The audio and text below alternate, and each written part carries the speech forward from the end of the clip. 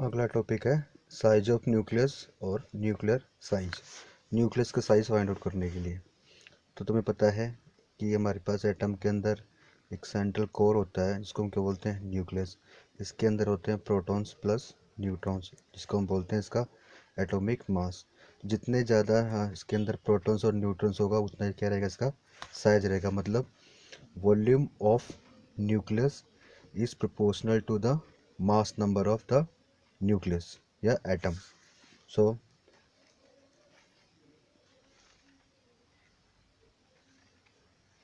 volume of nucleus is proportional to a mass number। जितने ज़्यादा इसके अंदर न्यूक्लियस होंगे उतना इसका रहेगा size.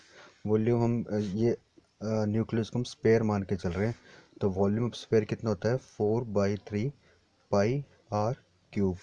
Are is the radius of this nucleus, so proportional to A. ठीक है, अब ये हमारे पास सारी की सारी चीज़ें क्या है, कांस्टेंट मीन्स, और ये चेंज हो जाता है। R is proportional to A and R is proportional to, यहाँ जाएगा तो कितना जाएगा 1/3। ये प्रोपोर्शनल्स को हटा के इक्वल टू का साइन लेंगे, then R is equal to R naught और ए की पावर 1/3। आर यहाँ पे क्या है, R naught is constant of proportionality.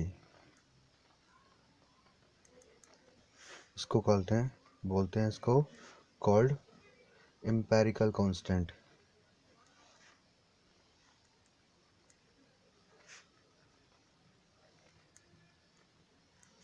और इसकी जो वैल्यू होती है वो होती है 1.2 इंटू 10⁻⁻15 मीटर। ये याद रखना, एक नंबर का आता है। तो जो हमारे पास रेडियस मतलब size of nucleus depends on the mass number. जितना ज़्यादा मास नंबर होगा मीन्स जितने नंबर ऑफ प्रोटॉन्स और न्यूट्रॉन्स होंगे उतना ज़्यादा न्यूक्लियस क्या रहेगा, साइज रहेगा। अब हमारे पास आता है न्यूक्लियर डेंसिटी। डेंसिटी का फॉर्मूला हमारे पास, डेंसिटी नॉर्मली हम लिखते हैं density is equal to mass upon में वॉल्यूम। तो न्यूक्लियर की हमने डेंसिटी निकालनी, न्यूक्लियस की। तो पहले मास निकाल लो। मास कैसे निकालेंगे, सपोज एम हमने ले लिया कि एक न्यूक्लियन का मास कितना हमारे पास एम, एवरेज मान लिया, और टोटल नंबर ऑफ न्यूक्लियस हमारे पास कितने थे ए। अब एक का इतना मास था एम और टोटल न्यूक्लियस कितने थे ए, उसको सब मल्टीप्लाई कर दिया, हमने न्यूक्लियस का मास निकाल लिया एम इंटू ए। अब बात आती है वॉल्यूम की। वॉल्यूम हमने पहले पता है कि स्पेयर की फॉर्म में है, तो 4/3 पाई आर और ये क्यूब। आर की वैल्यू कितनी है, आर नोट ए की power 1/3, so 4/3 pi r naught A 1/3, और इसे क्या कर दिया हमने, क्यूब कर दिया। ठीक है, सो 4/3 पाई आर नोट की पावर 3, ये ए से ए की पावर 1/3 और इंटू 3 कितना हो गया, सिंपल 1, 3 से 3 कट गया। ठीक है, अब डेंसिटी का जो फॉर्मूला हमें पता है होता है मास अपॉन में क्या होता है, वॉल्यूम। तो मास हमारे पास ये रहा m इंटू ए, और वॉल्यूम हमने ये निकाला 4/3 पाई आर नोट 3 इंटू ए। ठीक है, इसको और फर्दर सॉल्व करते हैं तो 3 ए से ए कट गया, तो हमारे पास बचेगा 3, इसको 3 को ऊपर ले गए 3m, और ये कितना 4 पाई इंटू आर नोट की पावर 3। अब यहाँ देखो मास भी कांस्टेंट होता है, पाई भी कांस्टेंट है, और ये एम्पेरिकल कांस्टेंट, सारे के सारे क्या है, कांस्टेंट। तो जितने भी हमारे पास न्यूक्लियस है, कितने किसी के भी एटम की न्यूक्लियस है, उसकी डेंसिटी क्या रहेगी, सेम रहेगी, वो डेंसिटी चेंज नहीं होगी। That is density of a nuclear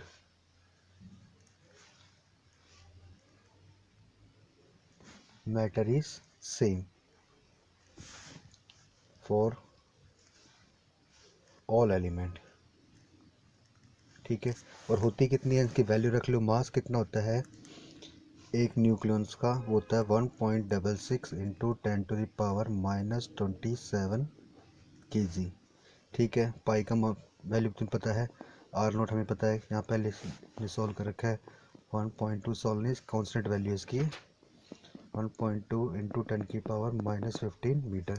जब ये सारी वैल्यू यहाँ रखेंगे जो सॉल्व करेंगे तो डेंसिटी हमारे पास आएगी 2.29 इंटू 10⁻17 kg/m³।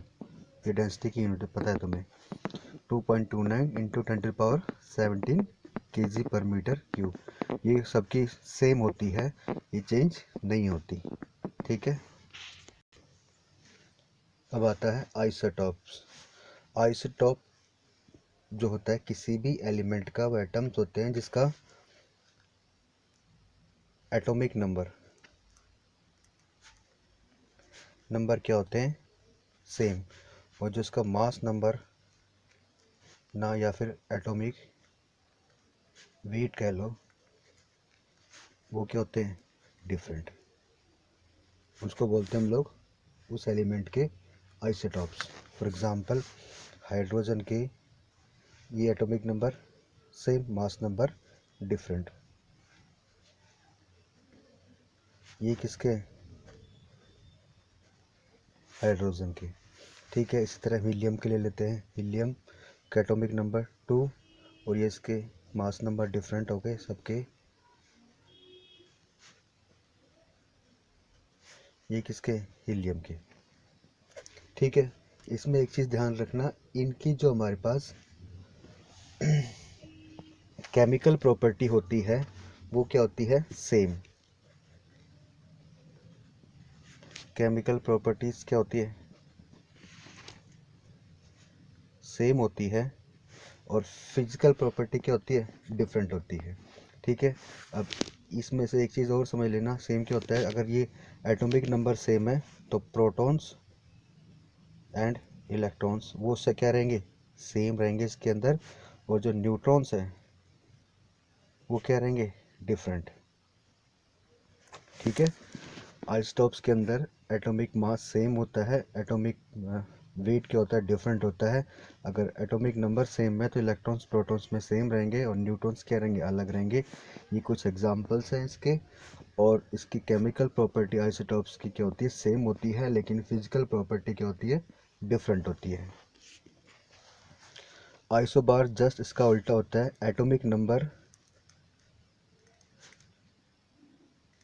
क्या होते हैं, डिफरेंट होते हैं, और चाय मंगाई थी। मास नंबर होते हैं different. Sorry, atomic number different, mass number क्या होते हैं, सेम। ठीक, और अगर ये हमारे पास है तो हमारे पास डिफरेंट है, तो प्रोटॉन्स इलेक्ट्रॉन्स, प्रोटॉन्स भी अलग होंगे यहाँ पे सबके, इलेक्ट्रॉन्स भी अलग होंगे, और न्यूट्रॉन्स भी क्या होंगे, अलग होंगे। सारे क्या होते हैं, डिफरेंट होते हैं। ठीक है, इस केस में इलेक्ट्रॉन्स और प्रोटॉन्स सेम थे, न्यूट्रॉन्स डिफरेंट थे, और इस केस में इलेक्ट्रॉन्स प्रोटॉन्स न्यूट्रॉन्स सारे क्या रहेंगे, डिफरेंट रहेंगे। इसमें इसका उल्टा, केमिकल प्रॉपर्टी क्या रहेगी, डिफरेंट रहेगी, फिजिकल प्रॉपर्टी क्या रहेगी, सेम। इसका जस्ट उल्टा इसमें रहेगा आइसोबार में। इसका एग्जांपल सोडियम 211 एंड नियोन 210। ये एग्जांपल है आइसोबार का, और सारे एग्जांपल बुक में से देख लेना। आइसोटोन्स होते हैं वो न्यूक्लियड होते हैं जिसमें अंदर सेम न्यूट्रॉन्स होते हो, contain same number of neutron, उनको हम बोलते हैं isotones. For example chlorine 37 17 and potassium 39 19।